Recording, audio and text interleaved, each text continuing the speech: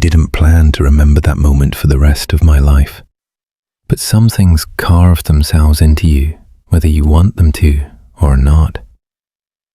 My son-in-law stood there at my daughter's wedding, smiling like a man who thought he owned the room, and called me a pig in front of everyone. I didn't yell. I didn't move. I just felt something inside me shift. The kind of shift you don't come back from. If you've ever had a moment like that, you'll understand exactly what came next. I came home early that afternoon, hoping to catch a moment of calm before everyone arrived. The yard in Stone Mountain had always been my place to breathe. Quiet soil, old oak, a grill that had seen more family seasons than I cared to count. I stood there, steadying myself, reminding my hands not to shake the way they sometimes did when memories of my late wife pushed their way in. The first cars rolled in. Laughter floated over the fence. My daughter, Tia, came out beaming, adjusting the sleeves of her white sundress. She hugged me tight. I held her a second longer than usual, long enough for her to pull back and study my face. "You okay, Dad?" "I'm fine, baby. Just happy for you." I meant it, or tried to. Evan arrived last, fashionably late as he called it. He strutted down the path like the yard belonged to him. His voice carried before he reached the porch. "Nice setup you've got here, Marcus. Very retro." He didn't look at me when he said it. He looked at the others, waiting for the chuckle. Someone gave it to him. I let it slide. It wasn't the first time he tried to impress people by stepping on my neck a little. I'd gotten used to these small cuts.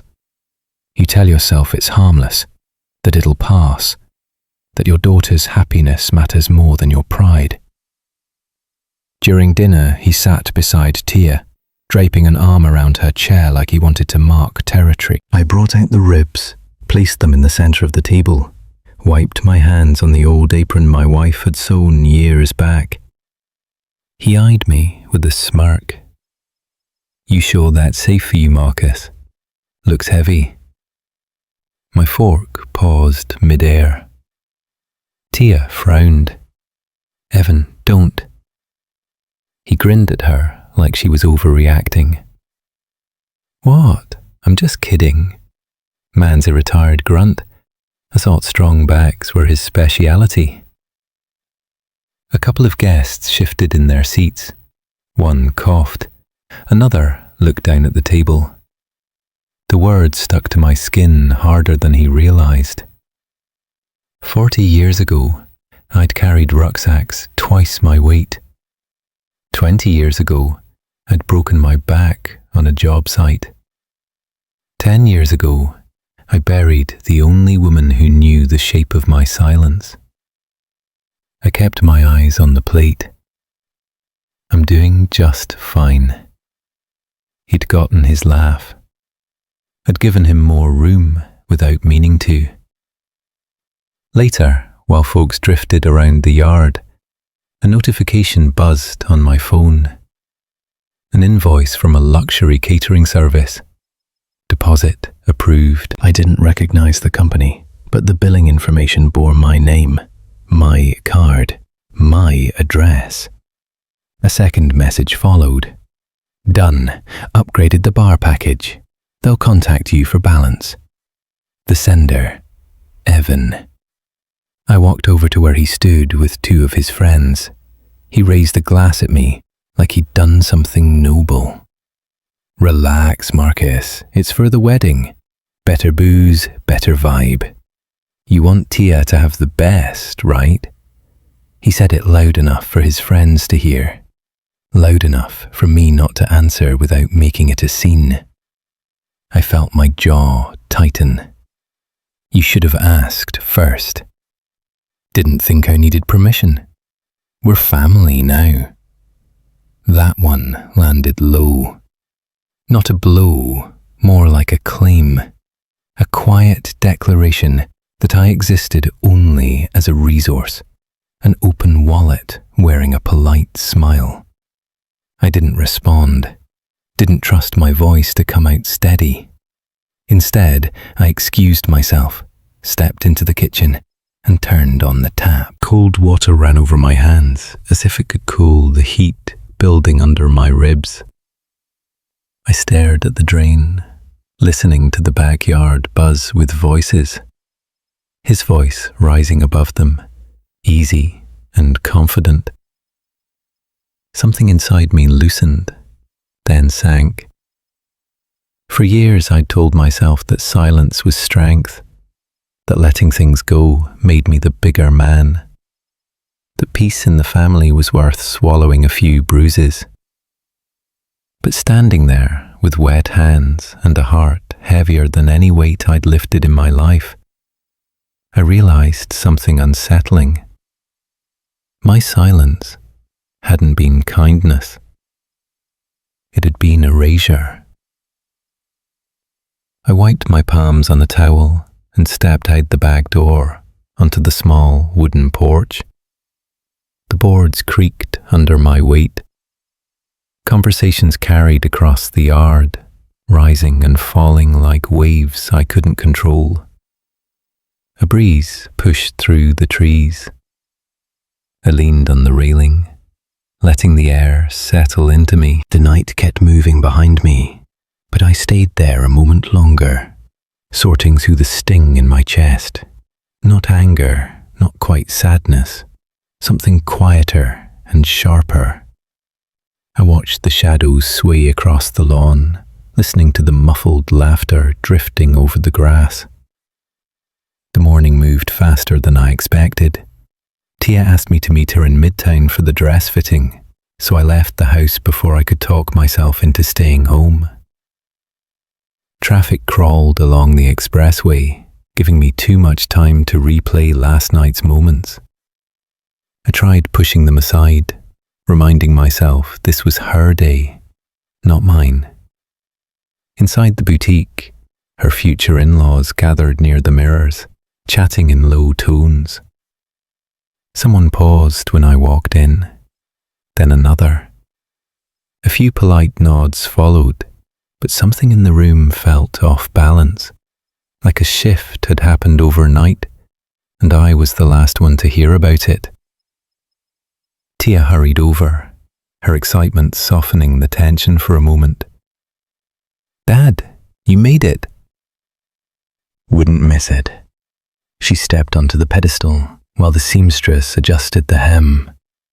I stood in the back, letting her mother-in-law-to-be give opinions about lace, sleeves, flowers, whatever crossed her mind. I didn't mind taking a step back. I'd done it all her life. But a whisper drifted past me from one of Evan's friends lingering near the entrance. "That's him, the father. Heard he's a handful, always interfering." Another voice replied. "Evan said the guy's stubborn as hell, wants to control everything." A quiet laugh followed. My hand tightened around the strap of my bag. I didn't turn around, didn't ask who said it first. The words struck harder than they deserved, mostly because I recognized the shape of them. Those weren't rumors made from nothing. Someone seeded them, and I knew exactly who had a mouth big enough and pride thin enough to do it. Tia didn't notice. She spun in front of the mirror, her smile reflecting years of love and hope. I kept mine steady, even while something sharp twisted under my ribs. When we stepped outside afterward, her future mother-in-law offered me a brief smile with no warmth and said, "Hopefully everything goes smoothly from here. We just want no disruptions." Disruptions, another word that didn't start with her. I let the comment pass, the way I had let too many things pass. Silence followed me to the parking lot, into the driver's seat, and back onto the road. At a red light, I touched the old wedding band I still wore on a chain under my shirt. wife's voice drifted back, gentle but firm, telling me years ago not to let people shrink me just because I tried to be decent. I whispered a reply no one heard, promising her I'd try to be patient a little longer. But patience had started to feel like a leash. I didn't want to sit in my house alone with that feeling, so I stopped by a diner Luther and I had met at for decades. He was in his usual booth, reading a newspaper no one else bothered buying anymore. He lowered it the second he saw my face. "You look like you swallowed a brick." "I'm fine," I said, sliding in across from him. He snorted. "You only say you're fine when you ain't." The waitress poured us coffee without asking. Luther waited until she left before leaning forward, hands clasped. "Tell me what happened." I wasn't ready to unload details, but I knew better than to lie to a man who once dragged me through basic training when I nearly collapsed from heat stroke. So I told him pieces, the cheap shots, the whispers, the way folks looked at me like I'd shown up uninvited to my own daughter's life. He listened without blinking, no coddling, no shock. Just the kind of stillness that forces you to hear your own truth. When I finished, he shook his head. "Marcus, you keep letting them walk over you like that. They'll build a road." I looked down at my cup. The coffee had gone cold.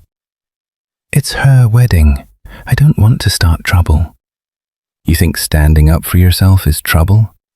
Hell man, these folks don't respect patience. They read it as weakness." I didn't argue. His words slid under my skin and stayed there. He tapped the table once, an old habit from the service. "You ever heard that saying, if you don't define your boundaries, someone else will define them for you?" I nodded slowly. "Good. Now listen to me. You want Tia happy? Fine. But happiness built on you swallowing every insult ain't real. They keep pushing, you keep shrinking, and one day she'll wonder why you disappeared. And she won't blame them. She'll blame you." The truth landed heavier than any insult Evan had thrown my way. He grabbed his coat, tossed a few bills onto the table and stood. "Think about what I said. You're not a damn doormat. Don't let them make you one." He walked out before I could reply. I stayed a few minutes longer, tracing circles in the condensation on my glass. The diner hummed with quiet conversations and the clatter of dishes. It should have felt familiar, grinding. Instead, it made me aware of how far I'd drifted from myself. Outside, the late afternoon sun cast long shadows across the parking lot. People moved around me. Families, couples, kids tugging on their parents. I watched them for a moment, then headed toward my truck. A message from Tia flashed on my phone. "Dad, thank you for today. You always make me feel safe." Her timing hit the softest part of me. I read the text twice before putting the phone away. The engine started smoothly, and I backed out, letting the day carry me wherever it wanted, while my thoughts weighed themselves one by one, refusing to settle. The reception hall smelled faintly of fresh paint when I walked in that afternoon. A few staff members hurried around, adjusting chairs and checking lists. Tia had asked me to stop by for a quick look at the layout. Said she wanted my opinion before they finalized everything. I figured it would be a quiet visit. One of the young workers, a skinny kid with nervous hands, approached me while I stood near the stage. He glanced over his shoulder first, then lowered his voice. "Sir, I don't mean to cause any trouble, but I thought you should know something." His tone made the air shift. "What's going on?" He swallowed hard. "Your son-in-law, well, seemed to be. He told the staff yesterday that you're, not really someone important to consult. That you're just the broke father-in-law." His words, not mine. My jaw didn't move, but something inside me slid out of place. "He said that." The kid nodded quickly, then looked like he regretted saying anything at all. He laughed about it.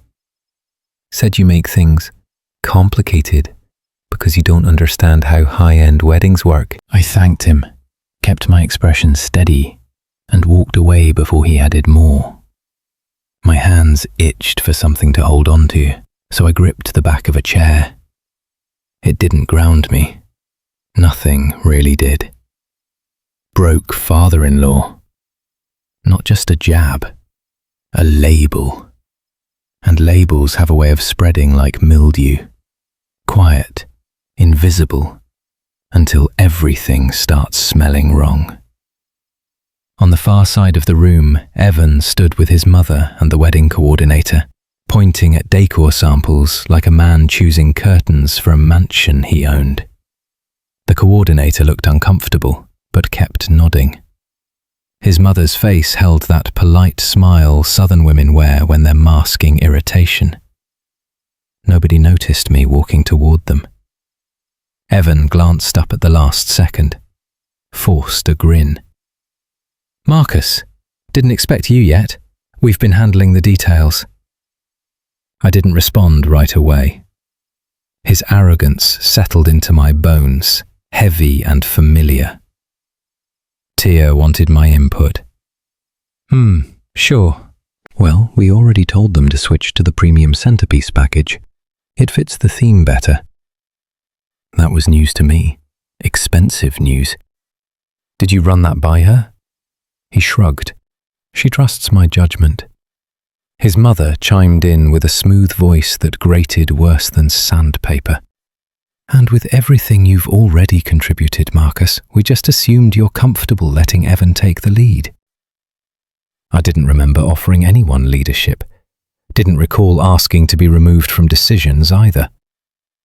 The coordinator hesitated, glancing at me with an expression that suggested he understood exactly what was happening, but had no authority to change it. I stepped back. My foot bumped into a stack of boxed candles, and the sound startled more than it should have. They went back to their discussion without missing a beat, as if my presence had been a temporary interruption, nothing more. The kid's words replayed in my head. Not someone important to consult. Broke father-in-law. I wasn't a wealthy man by their standards. Maybe never would be. But I'd spent my life working double shifts, hauling steel, managing crews, repairing foundations in unforgiving Georgia heat. The savings I put toward this wedding weren't pennies scraped together.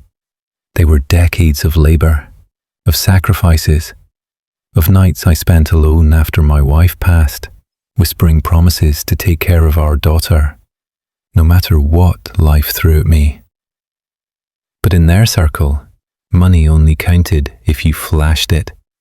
If you didn't, you were poor, invisible, replaceable.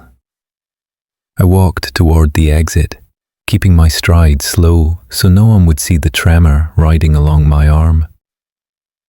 Outside, the sky hung low with thick clouds, like it might rain, but couldn't decide. Cars zipped by along the road, each one sounding too loud for my frayed nerves. Sitting in my truck, I opened my email. The inbox filled the screen with messages I hadn't approved.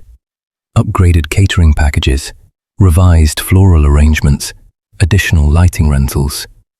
Each one carried a polite tone, but the invoices had my name, my address, my card. I scrolled, then scrolled more.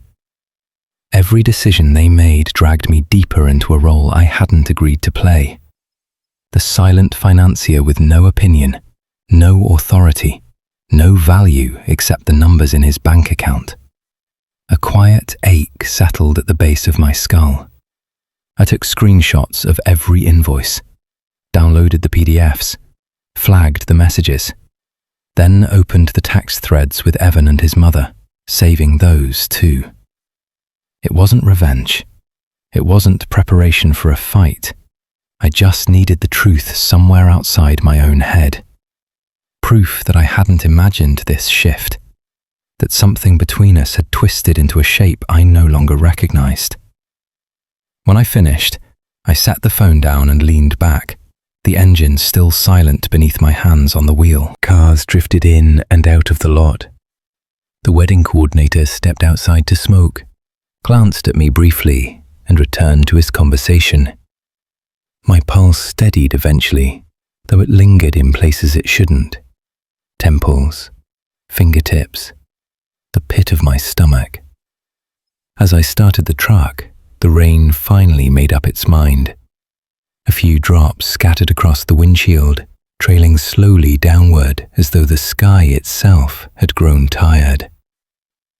I let them fall while deciding where to head next, my thoughts shifting like weight in a cracked foundation, settling into lines that weren't there before. The restaurant sat on a corner in downtown Atlanta, the kind of place with linen napkins and waiters who glide instead of walk.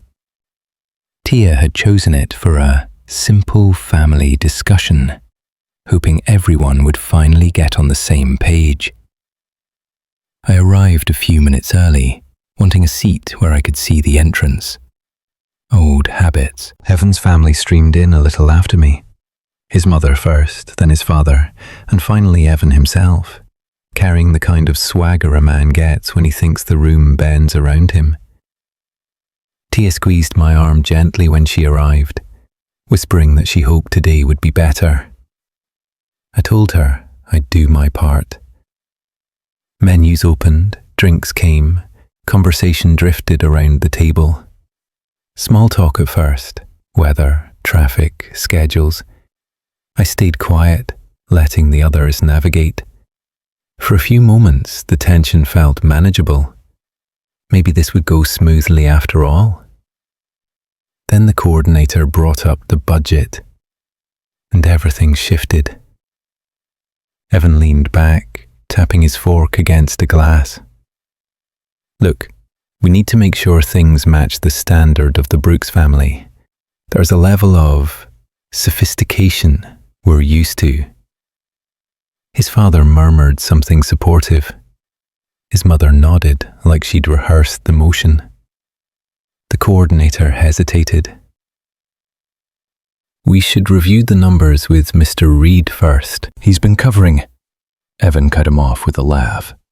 Oh, come on. Marcus doesn't need to worry about all that. Big decisions are a bit beyond him. The laughter he expected didn't arrive the way he imagined. A few people chuckled out of awkwardness, others stared at their plates. Tia's shoulders tightened. I felt the comment hit, sharp enough to draw blood if I let it.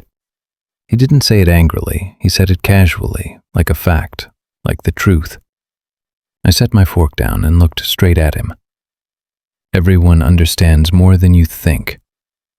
Silence settled over the table, thick and uncomfortable. Even the clatter from neighboring booths sounded distant. Evan shifted in his seat, but his eyes didn't hold mine for long. The server arrived with appetizers, breaking the tension without easing it.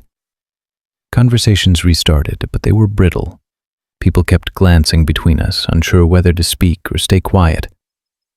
I focused on eating, though the food tasted like nothing. Tia rested her hand on my arm once, a nervous gesture she probably didn't realize she'd made. I gave her a small nod. She didn't need to carry this. Not tonight. When the bill came, I took care of it before anyone reached for their wallets. Evan watched me sign the receipt with a smirk that tried to look polite. Something in my chest tightened at the sight. The night air hit me as soon as I stepped outside. I breathed slowly, steadying myself before walking to the truck. I didn't think anything else would come from that dinner. I hoped I could shake it off, go home and reset for the next day. But hope didn't make it past bedtime. My phone buzzed just after 10:30 while I sat in the living room trying to unwind. A new email from Evan. The subject line, urgent wedding adjustments. Inside, a list of upgrades. Premium floral package, imported linens, full open bar with top shelf liquor, custom lighting rig at the bottom. Need you to transfer the remaining balance by Friday so the vendors lock everything in. Don't overthink it, this is standard for weddings of our level. Our level. 2 words that said everything. I read the email 3 times. Each line scraped away another layer of patience. My bedroom felt colder than usual when I finally forced myself to lie down. Sleep wouldn't come. Every time I closed my eyes, the scene at the restaurant replayed in different versions. The smirk, the patronizing tone, the way people laughed because they didn't know what else to do. Around midnight, I got up and walked to the kitchen. The house sat quiet, the kind of quiet that makes your thoughts echo. I poured water, drank half of it, set the glass down too carefully. A man can ignore a lot, but some things wedge themselves in deep, refusing to dislodge. The email glowed on my phone from across the room. I stared at it, feeling the weight of something heavy settling across my shoulders. Not anger exactly, more like a slow, steady realization, tightening its grip, reshaping the outline of what I thought this family was becoming. I rubbed the back of my neck, trying to ease the tension building there, then wandered down the hallway toward my office, thinking I should look over the bills again, just to ground myself before sunrise reached the blinds. My phone buzzed when I sorted receipts at the desk, trying to make sense of numbers that kept growing without my approval. Luther's name lit up the screen. I almost let it go to voicemail, but something told me to pick up. "You got a minute?" he asked, voice low in a way that meant this wasn't small talk. "Yeah," I said, meaning back. "What's going on?" He exhaled sharply. "Ran into someone we both know. Works near that bar Evan likes downtown. She overheard him talking with his boys last night." I waited, heart tightening just enough to warn me the news wouldn't be good. "He called you easy to manipulate, said, and I'm quoting here, 'The old man folds if you stare at him long enough.'" The words struck harder than I expected, not because they were new, but because hearing them secondhand made them real in a way my mind couldn't soften. I didn't speak for a few seconds. My fingers tapped the desk, one slow beat after another. "You sure she wasn't mistaken?" Luther scoffed. "Marcus, she knows his voice. She just didn't want to tell you, but I told her you'd rather hear the truth." Hearing my own friend's frustration rattled something loose inside me. I thanked him, though my voice barely cooperated. "Listen," he added, tone gentler. "You keep giving that man chances he doesn't deserve, and he keeps proving what he thinks of you. When are you gonna see it?" His question lingered after the call ended. I stayed in the chair a long time, staring at the folders sprawled across the desk. Papers blurred, thoughts twisted together. For years I'd believed patience kept a family whole. I'd convinced myself that stepping back was an act of love, that I was doing right by my daughter. But what kind of love leaves you shrinking in your own skin? What kind of father lets his worth be rewritten by a man who hasn't earned an ounce of respect? I rubbed my forehead and stood, moving around the room because sitting still made the ache worse. Messages pinged on my phone while I paced. I didn't check them at first, but they kept coming. Eventually, I glanced at the notifications. A group chat. Family on both sides. Evan's name at the top. His message. Not sure what's going on with Marcus, guys. He's been touchy lately. Hope he doesn't ruin the good energy around the wedding. Another message followed. Just want everyone calm and cooperative. It's a joyful time. Calm and cooperative. Touchy. Ruin the energy. Every word chosen carefully. Nothing harsh enough to seem aggressive, but sharp enough to tilt opinions. He'd mastered the art of playing the saint while painting me as the problem. A few relatives chimed in with polite confusion. Is everything okay? Marcus seemed fine the other day. Evan replied with something that made my stomach twist. Just pray for peace. Some folks struggle with letting go. Letting go. A convenient phrase. Big enough to imply anything he wanted, small enough to avoid blame. I set the phone down before I dropped it. My hand trembled slightly, not from anger, but from the realization that he'd been preparing this narrative for weeks. Every whisper, every rumor, every sideways glance. It all fit together now. He wasn't reckless.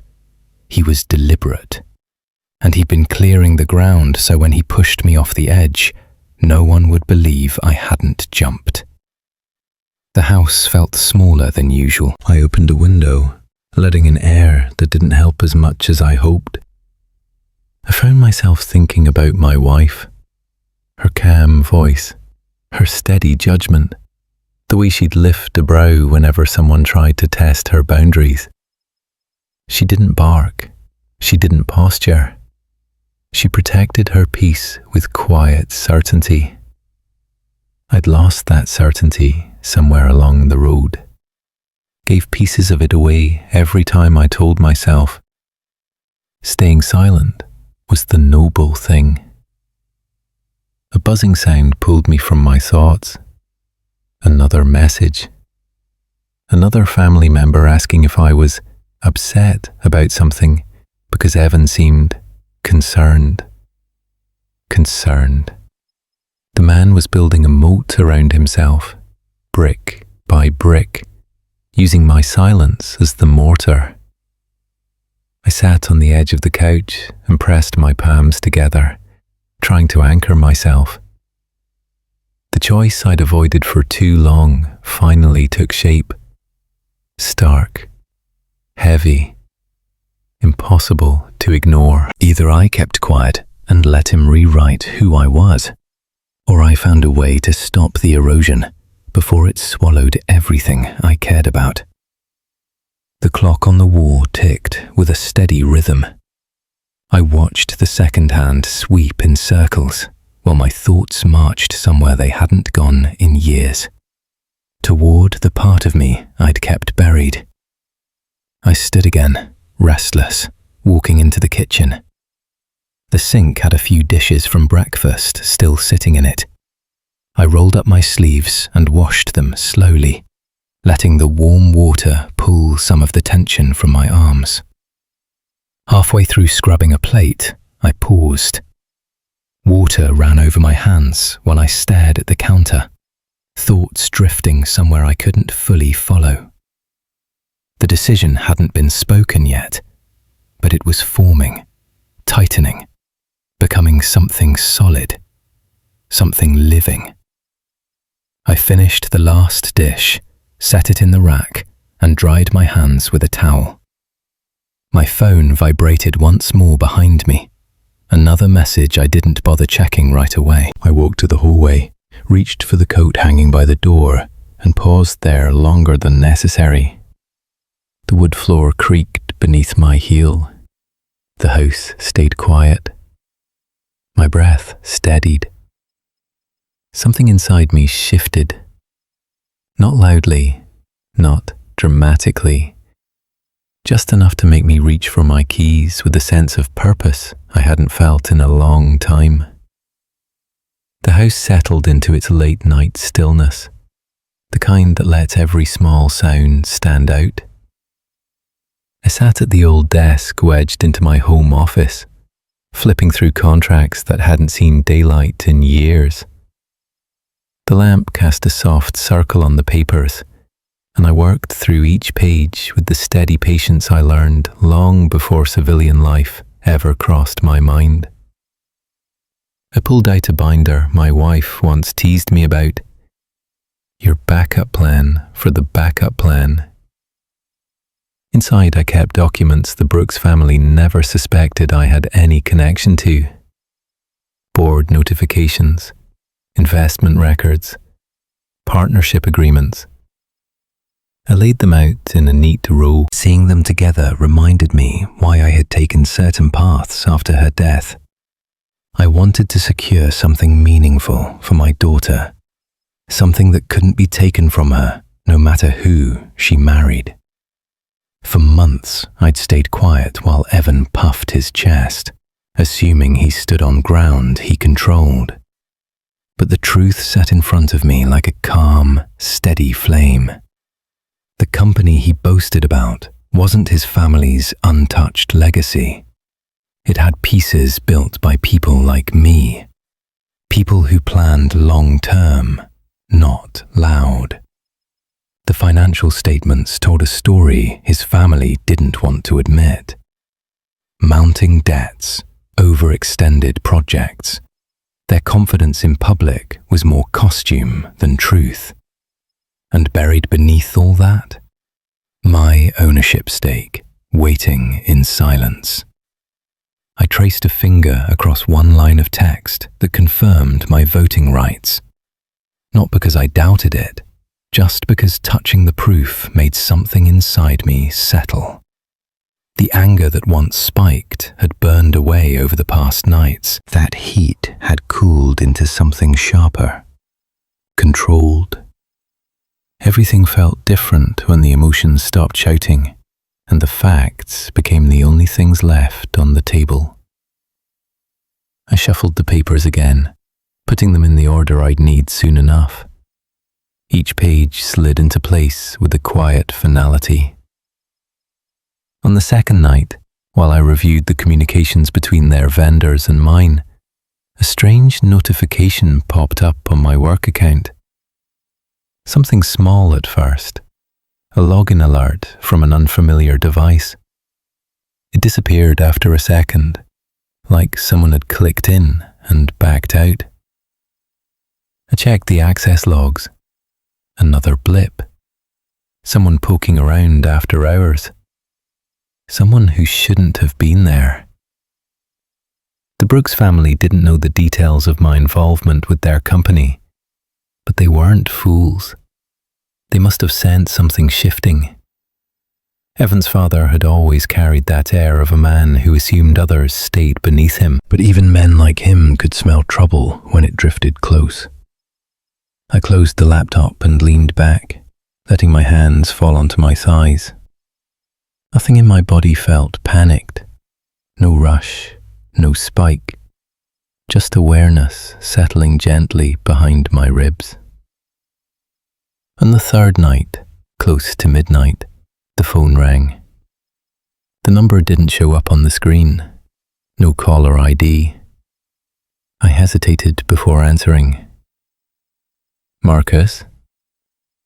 A low hum filled the line, followed by silence. Not the usual telemarketer pause. This felt deliberate. Someone listening, waiting. After a long moment, the line cut. I stared at the phone a few seconds before placing it face down on the table. Something in the air shifted again. My breathing stayed even. I'd seen more serious warnings in my life, but warnings still meant someone had begun noticing cracks they didn't like. The next day, another oddity surfaced. An email thread I hadn't opened yet showed as read. A status change marked at a time I'd been driving home. Whoever it was didn't alter anything. They seemed to only peek in, like checking through a keyhole. Still, it was enough. The room around me had always been comforting. But that night it felt smaller, filled with the weight of things moving just beyond sight. I picked up my pen, scribbled notes in the margin of a printout, reorganized the folders until everything held a precise place. That old soldier's instinct: lay out your tools, strip away emotion, commit to the objective, guided each motion. A part of me felt strangely calm, like stepping into terrain I knew well, but hadn't walked in years. There's a clarity that comes when fear drains out and purpose takes its place. When you stop worrying about avoiding conflict and start preparing for the moment when conflict becomes unavoidable. I reviewed financial controls next, then vendor agreements, then employee contracts I'd been quietly collecting through formal channels. Not as weapons, just as truth. Hard numbers don't bend the way people do. At some point, the clock on the wall slipped past 2 in the morning. I hadn't noticed fatigue creeping in until my shoulders tightened. Stretching eased the stiffness a little. The house outside the office remained still. The faint hum of the fridge drifted in from the kitchen. I stood and walked to the hallway, needing a breath that wasn't thick with old paperwork. The living room sat in gentle darkness, Tia's childhood photos arranged neatly on the mantel. She smiled back at me from all those years ago, unaware that the world could twist itself into knots this way. The quiet pressed on me, not heavily, just firmly enough to make me aware of everything turning beneath the surface. I wasn't the same man who walked into that first dinner with Evan's family. Something had changed, and each night in that office sharpened it further. I returned to the desk, sat again, and powered up the laptop one more time. More documents waited. Emails to archive, confirmations to download, terms to verify. I slipped back into the rhythm easily, the work grounding me. Halfway through a contract review, a small sound nudged my attention. The click of the mailbox outside. Probably just the postal truck making its late pass, but my pulse lifted a little anyway. I stayed still, listening. Nothing followed. A moment later, I began typing notes again, letting the motion settle me. Outside, a car rolled slowly down the street before accelerating away. I didn't get up, didn't look out the window. I had more important things to finish. The final document of the night slid into a folder marked with a tab I hadn't used before. The binder closed with a solid snap, and I placed it beside the stack of papers waiting for the next step. My eyelids felt heavy, but my mind stayed unusually alert. A current moved beneath the surface of everything. Quiet, steady, undeniable. Something was coming, not by accident, not by drama, but by the natural weight of choices meeting consequences. I shut down the laptop, gathered the papers into a tidy stack, and pushed back from the desk. The chair creaked as I stood. The house felt colder again, not from temperature, but from the shift in the air that happens just before a storm decides to break. I walked toward the kitchen for a glass of water, letting the rhythm of my steps carry me forward, while my thoughts continued forming their own deliberate lines. The morning of the wedding carried a heaviness I couldn't quite shake. I woke before the alarm, sat at the edge of the bed, and waited for my breathing to settle. My seat hung beside the closet door, pressed and ready. but I stood there staring at it longer than necessary, feeling something in my chest coil a little tighter. The drive to the venue moved in slow inches. Traffic around Decatur was light, but my grip stayed stiff on the wheel. When I arrived, clusters of relatives stood near the entrance, dressed sharp, talking in small circles. Conversations dropped a notch when they saw me. Not entirely quiet, just muted. A different kind of silence. The kind people use when they've already reached a conclusion about you. Someone whispered my name. Another voice replied with something clipped. Then a third insisted everything was fine. That one stung more than the others.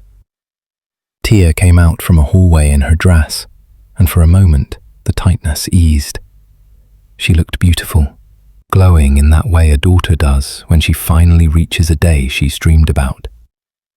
But even her smile carried strain. Her eyes flicked toward her in-laws more than toward me. Her hands fidgeted with the bouquet ribbon. "Dad," she said softly, "just be patient with everyone today. Please?" I nodded, not because I agreed, but because she deserved steadiness from someone. She leaned in for a hug, but it lasted only a second before one of Evan's cousins called her over for photos. I stepped back into the corner of the lobby, letting the tide pull her away. The ceremony passed in a blur of vows, flowers, and applause. People clapped. People smiled. Evan smiled the hardest, a smile too polished to be natural. I stood behind Tia in the family pictures, doing my best not to disturb the carefully built illusion. The reception began an hour later in a large ballroom draped with gold and white. Exactly the kind of extravagance Evan pushed for. Tables shimmered, chandeliers reflected off champagne glasses. Laughter echoed from one side of the room, the Brooks side mostly. Little pockets of amusement I didn't have access to. I kept noticing how people drifted past me without stopping. They looked my way, nodded politely, and moved on. No one said anything rude outright, nothing direct. It was the absence that hurt, a space carved out around me, subtle but unmistakable. At one point, a distant aunt on their side murmured to another woman, "Just keep things smooth." I heard he's been difficult. Difficult. The word settled somewhere behind my ribs. I found a seat near the edge of the room. From there, I watched the flow of guests, the clinks of glasses, the flashes of cameras. My stomach tightened. I tried to focus on Tia laughing with her bridesmaids instead. Seeing her happy anchored me, even if it only held for a moment. Evan sauntered over eventually, holding a champagne flute like he was hosting a fundraiser instead of celebrating his wedding. His face had that same arrogance I'd seen at the restaurant, the one he thought passed as charm. "Marcus," he said loudly, slapping a hand on my shoulder. "Didn't lose yourself yet, I hope?" I didn't rise to it. "I'm fine," he smirked, adjusted his tie, then turned toward the center tables where his family sat, laughing, drinking, glowing with self-importance. The DJ tapped the microphone, music lowered. People turned to look his way. Evan lifted his glass. I felt it in my bones before he even spoke. "Ladies and gentlemen," he announced, swaying slightly from the champagne. "Let's raise a toast to the man of the hour. Not me, no. The man we all had to tolerate. Our favorite old fat hog we've been putting up with." A burst of laughter exploded from his side of the room. Chairs shook, glasses trembled.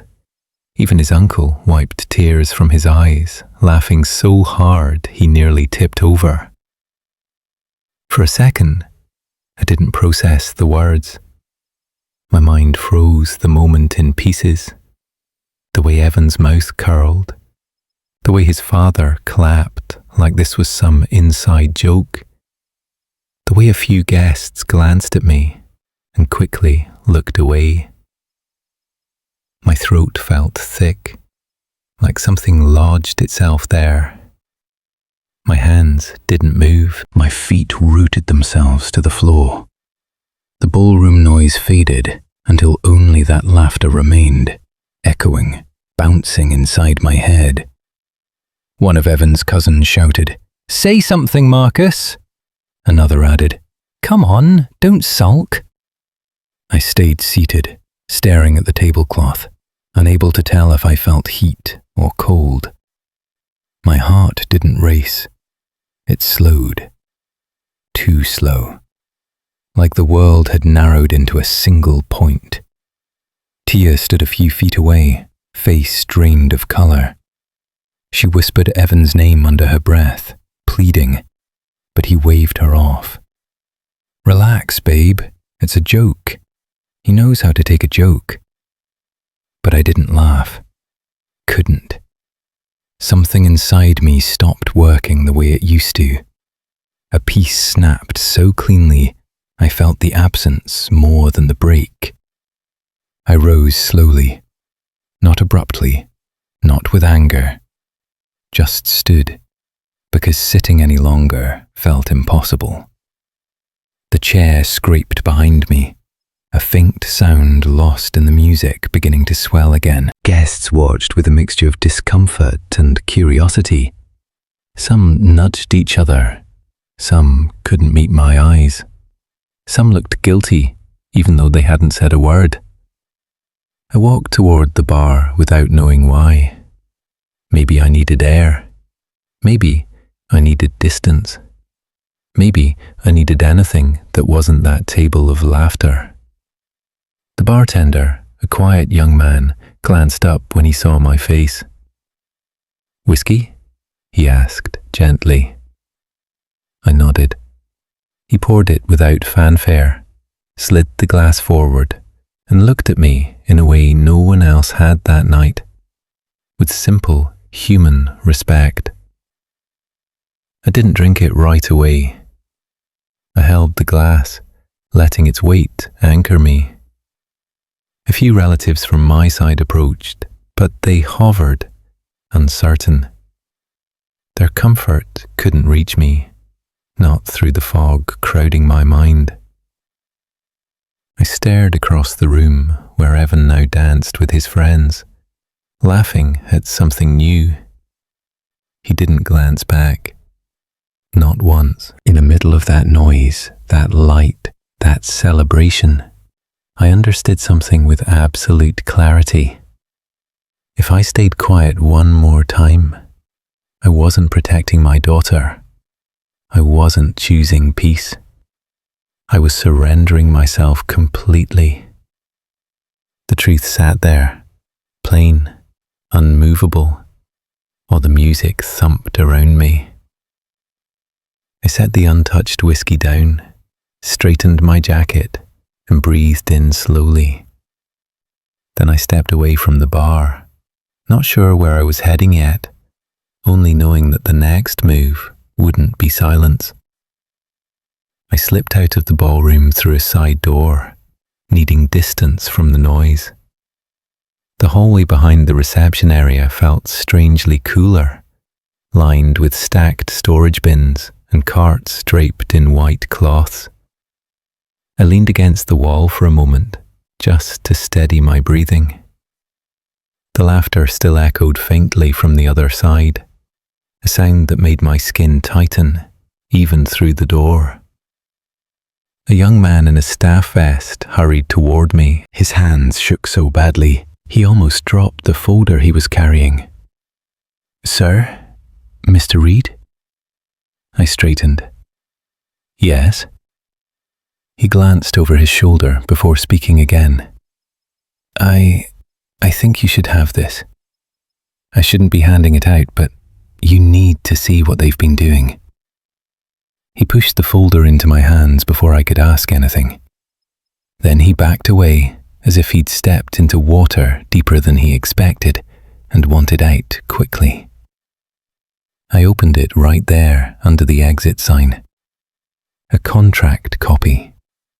A supplementary agreement taped to the back. Notes in handwriting I recognized from previous vendor emails. Pricing breakdowns I hadn't approved. Vendor requests tied to my name, my credit, my authority, without any signature that looked remotely like mine. They'd used my identity to negotiate perks that benefited the Brooks family exclusively. Things unrelated to the wedding. Property rate discussions. Venue preferential treatment. Discounts routed to Evan's cousin's event business. My chest tightened, not with panic, but with a cold clarity. Someone had treated me like a shadow they could cast wherever they needed leverage. Footsteps approached. I folded the papers quickly, but not before Evan came around the corner with his tie loosened and annoyance already visible on his face. "There you are," he snapped. "Why'd you storm off like that? Everyone's asking questions." I didn't respond. I kept the folder pinned under my fingers. If you're upset about the toast, lighten up. People laughed because it was funny. It wasn't that serious. He reached for the folder, but I angled it away. His eyes narrowed. "What is that? Something you found back here? Look, whatever it is, it's being handled. These vendors are sloppy." The lie rolled off his tongue so easily, it almost impressed me. "You used my name," I said quietly. He blinked. "What are you talking about?" There was a quick flicker, shock, then calculation, then the defensive smirk he always used when cornered. "If something got mixed up, it's because your info was already in the system. You know how these places are." "They negotiated perks for your family," I said, tapping the folded document. "Not mine. Not the wedding. Yours." He scoffed. "And? You're acting like this is some big conspiracy. You're overreacting. Everything here is because of me and Tia, not you." His voice rose, frustration coating every word. "You keep trying to make yourself the hero of something that isn't about you. You threw in some money and suddenly think you're a decision maker. Stay in your lane, Marcus. This day doesn't revolve around you." He stepped closer, but I didn't back up. For the first time, he seemed unsure of where to put his hands. "Just hand me the papers. I'll fix whatever you're misunderstanding." I didn't move. That shook him more than any shove could have. 100 small memories rushed up, offhand insults, hidden smirks, the subtle ways he'd nudged people to view me as slow, outdated, incompetent. The rumours he spread, the lies disguised as concern. Every slight threaded itself into a single, unmistakable picture. He wasn't reckless. He wasn't misguided. He believed no one would ever push back. That was his weakness, the only one that mattered. "Give me the damn folder," he snapped. I stepped around him instead, moving deeper into the hallway. He followed, still talking, still spinning excuses fast enough to hope one might stick. "You're misreading everything. If something looks off, it's because the vendors assigned things wrong. My dad's already clearing it up. You don't know business. You're letting your feelings..." I stopped walking. He nearly ran into me. "My feelings?" I asked, turning slightly. This isn't about feelings. For the first time all night, he didn't have a quick comeback. His mouth opened, closed, then opened again, but nothing came out except a half-swallowed protest. He wasn't afraid of me. He wasn't even angry. He was confused, because he had never imagined I'd stop being the quiet man in the corner who let things slide. The sounds from the ballroom drifted faintly into the hallway. Music, laughter, silverware striking plates. A life going on as though nothing had shifted. I tucked the folder under my arm. "I'm going back out," I said. "You can come or stay here." He grabbed my sleeve. "Marcus, don't start something you can't finish." His voice trembled then, just enough to acknowledge he felt it, an edge he hadn't seen before. I slipped my arm free. "Finish," I murmured. "You haven't seen me start." I didn't say it as a threat. It wasn't anger. It was simply the truth. When I pushed the door back into the reception hall, the noise washed over me again. People still danced, still ate, still smiled as if the world hadn't shifted beneath their feet. I glanced once at Tia across the room. Her face softened when she spotted me, relief flickering through her expression. The hallway door clicked shut behind me with a soft thud, sealing Evan on the other side for a moment. Then I crossed the floor, moving slowly, the folder steady in my hand, the edges of the truth aligning in my mind like pieces finally falling into place. The lobby of the Brooks building felt colder than usual when the doors slid open that morning. I'd barely slept, but my mind carried a clarity I hadn't felt in years. The folder from the wedding stayed tucked under my arm, heavier than its weight deserved. A second binder, my true leverage, rested in my briefcase. People greeted me with polite nods. Some recognized me, some didn't. All of them stepped aside as I crossed the marble floor and headed for the executive wing. Evan's father liked to call it the power floor. He used the phrase often enough that it became a family slogan. The real power sat elsewhere. I intended to show them where. Outside the conference room, voices murmured behind the door. Evan's sharp tone rose above the rest. "He blew up at the reception. He's unstable. I don't know what he's planning." His father answered quietly, the way someone does when they're trying to keep a team from panicking. "Just stay calm. If he causes problems, I'll handle it." I pushed the door open. The room stiffened. Executives, board members, advisors, all seated around a long table. Evan froze mid-sentence. His father straightened, forcing a smile that held no warmth. "Marcus, didn't expect you this early." I placed my briefcase on the table, opened it, and arranged the documents one by one. No rush, no dramatic flourish, just order, precise, steady, intentional. "We need to talk," I said. "All of us." Evan scoffed. "About what? You caused a scene yesterday and think you can just walk in here?" "Sit down, Evan." He opened his mouth to argue, but something in my tone made him stop. He lowered himself into the chair slowly, suspicion replacing bravado. I slid the first set of papers across the table. "These are contracts your family negotiated using my name. Unauthorized. Illegal." Evan's father reached for them, hands trembling slightly. "Now wait a second. I'm not finished." The room went silent. I continued laying out the evidence. Vendor agreements, forged authorizations, inflated invoices pushed through company channels, perks routed to personal accounts.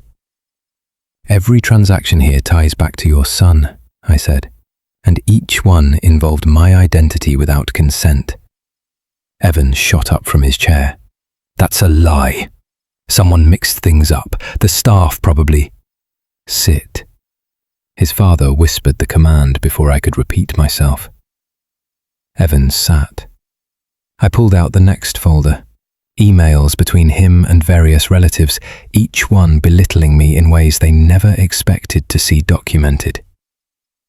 Here, I said, where you describe me as a problem. Touchy. Broke. A burden. A few board members shifted uncomfortably. The Brooks image had always relied on polish. This stripped it clean. Evan tried again. Look, things get exaggerated in messages. I was venting. And here, I cut in, sliding the wedding staff's report forward. You instructed vendors not to communicate with me directly because I don't understand business. The phrase repeated itself across multiple emails. Evan's breathing quickened. Marcus, you're reading this out of context. And here, I laid down the financial audit. Your father's company uses inflated valuations and outdated ledgers. Profit margins are misreported by double digits. Debt obligations hidden in project accounts. Evan's father went pale. Where did you get that? I tapped the cover. Public records, and the files your auditors sent me. Evan blinked rapidly. Wait, why would they send you anything? No one answered him. I placed the final folder at the center of the table, thicker, stamped with legal seals. I didn't open it yet, just let its presence settle in. Your family keeps making one mistake, I said. You assume silence means weakness, that because a man doesn't posture, he has nothing to stand on. My voice stayed calm even. Not a quiver, not a tremor. Evan leaned forward, gripping the edge of the table. What are you saying? That you planned some kind of ambush? You think this makes you powerful? I finally opened the last folder. The documents inside reflected years of careful investment, strategic acquisitions, and legal restructuring. Work I'd kept buried since my wife passed. I placed the first sheet in front of Evan's father. This, I said, is the board resolution appointing me interim CEO, effective last week. The room froze. I laid down the next document. This is my controlling interest. 52%. Acquired legally. Documented thoroughly. Evan's father stared at the page like it had rewritten his entire life. This can't be right. I would have known. Your legal department reported to me months ago. Board members exchanged glances. Several looked down, ashamed. They knew. They had known. But the Brooks family never imagined the quiet man on the sidelines had built anything beyond grief and modest savings. Evan slammed his fist on the table. You manipulated us. You planned this. I planned to protect my daughter's future, I said. You're the one who turned it into a battlefield. His voice cracked. You can't take my family's company. I didn't take anything. I inherited my wife's shares.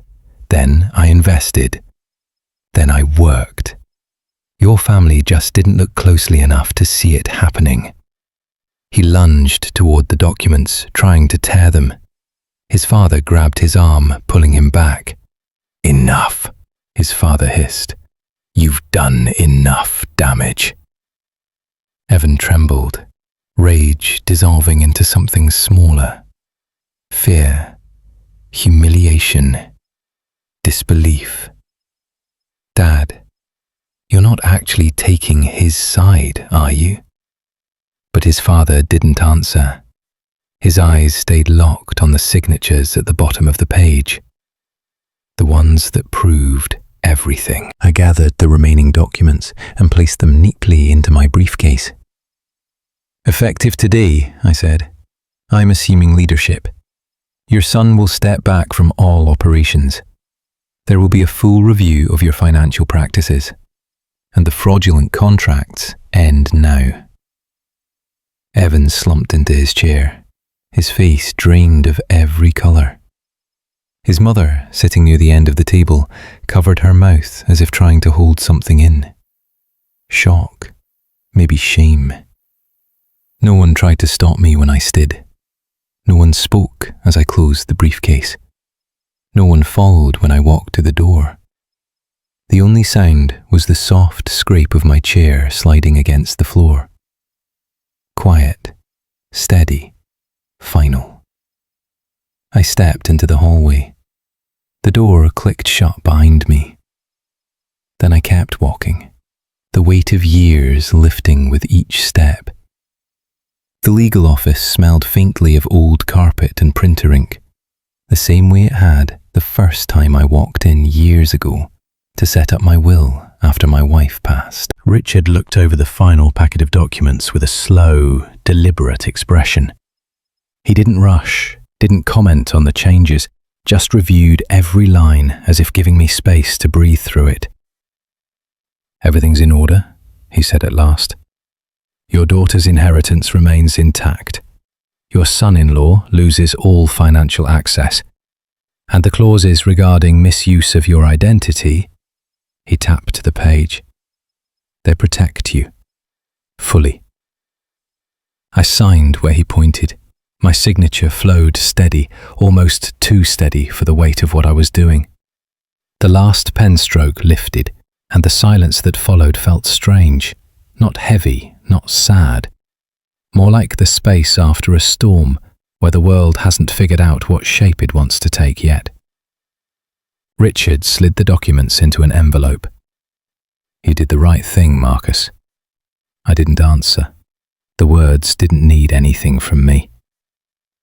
Outside, the late afternoon sun hung low over Peachtree Street, warm but fading. Cars rushed past, people hurried along the sidewalk, and the city moved at its usual relentless pace.